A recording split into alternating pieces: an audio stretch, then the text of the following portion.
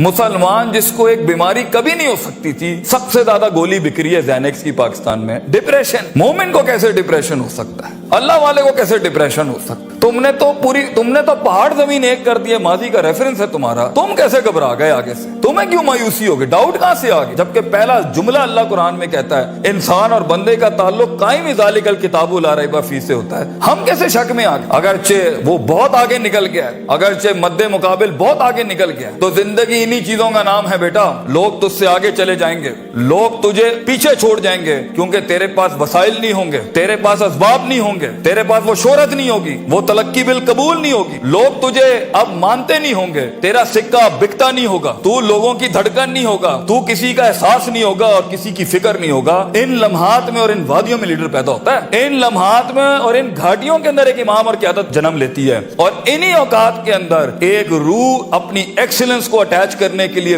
एक अहद उठाती है, एक अज़म बनाती है, एक कसद बनाता है, इरादा करता है, और उस इरादे को एक अमल की शक्ल इख्तियार करता है और अपनी जिंदगी के सारे रेफरेंसेस को माइनस करके एक नई तारीफ देता है अपने आप को। लेकिन अगर एक इंसान समझता है, एक गलत फहमी का शिकार है कि नहीं, जिंदगी को मैं जैसे चाहूं, जिस गलत तरीके से चाहूं, अपनी वैल्यूज को, अपने उसूल को, अपने ज़वाबित को, अपने कवायद को, अपने उसूलों को, इनको मैं बलि चढ़ा के, इनकी चीटिंगें करके, किसी का हक मार के, किसी को नीचे लगा के, जिग जैगिंग करके अगर मैं निकल जाऊंगा तो तुक्के, महज इत्तफाक, फ्लूक्स और कोइंसिडेंसेस, और इस तरह के 2 नंबर रास्ते बेटा कुछ अरसा तो चल सकते हैं। दुनिया के उस स्टेज के ऊपर जब मुकाबला होगा ना किसी सही वाले पट्टे के साथ, आप नहीं लड़ सकेंगे, आप नहीं उससे जीत सकेंगे। इसलिए ये वक्त होता है, ये लम्हात होते हैं, ये लहजात होते हैं, इंसान अपने आप को तैयार करता है। लेकिन एंड में मैं फिर भी यही कहूंगा, स्किल मैनेजमेंट, हुनर के ऊपर इंसान जितना भी स्ट्रॉन्ग क्यों ना हो, इंसान सोने को कुंदन,